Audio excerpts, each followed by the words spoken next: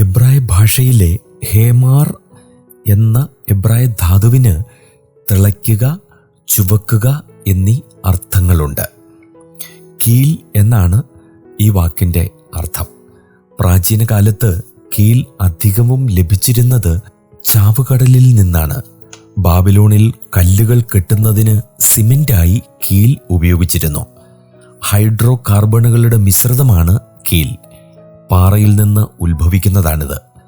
വായുവിൽ ഇത് കട്ടിയാകുന്നു.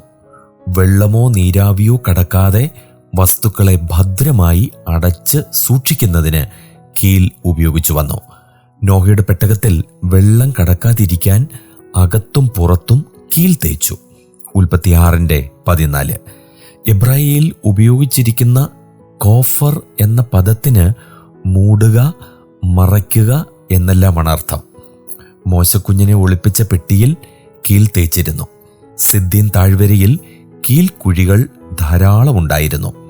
ഉൽപ്പത്തി 14:10. യഹോവ പ്രതികാരം നടത്തുന്ന ദിവസം തോടുകൾ കീലായും മണ്ണ് ഗന്ധകമായും നിലം കത്തുന്ന കീലായും ഭവിക്കും. യെശയ്യാ പ്രവചനം 34:9.